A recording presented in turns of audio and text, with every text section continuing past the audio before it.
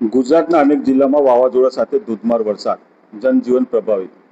ગુજરાતના અનેક જિલ્લાઓમાં મોડી રાત્રે અચાનક વાતાવરણમાં પલટો આવતા ભારે વાવાઝોડા સાથે ધોધમાર વરસાદ વરસ્યો હતો. વડોદરા, પંચમહાલ સહિત દાહોદ, મહીસાગર, છોટાઉદેપુરના આસપાસના વિસ્તારોમાં વરસાદી માહોલ સર્જાતા લોકોને અસહ્ય ગરમી અને ઉકળાટમાંથી રાહત મળી હતી. જોકે ભારે પવન અને વાવાઝોડાના કારણે અનેક વિસ્તારોમાં જનજીવન પર વ્યાપક અસર જોવા મળી હતી. મોડી રાત્રે શરૂ થયેલા વાવાઝોડા અને વરસાદે અનેક જિલ્લાઓમાં તબાહી મચાવી હતી.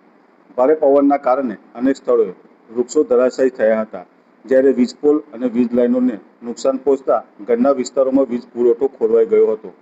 કેટલાક વિસ્તારોમાં કલાકો સુધી અંધારપટ પણ છવાઈ ગયો હતો.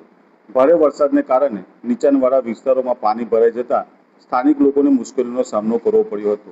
મુખ્ય માર્ગો તેમજ આંતરિક રસ્તાઓ પર વરસાદી પાણી ભરાવાને કારણે વાહન વ્યવહાર પણ પ્રભાવિત બન્યો હતો. ભારે પવનના કારણે વાહન ચાલકોને અવરજવરમાં પણ ભારે હાલાકીનો સામનો કરવો પડ્યો હતો.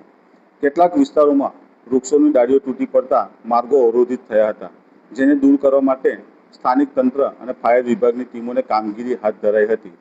અનેક સ્થળોએ હોર્ડિંગ્સ અને કામચલાઉ માળખાઓને પણ નુકસાન પહોંચવાના અહેવાલો સામે આવ્યા છે. એક તરફ વરસાદના કારણે વાતાવરણમાં ઠંડક પ્રસરી જતા લોકોને ગરમીમાંથી થોડા અંશે રાહત મળી છે.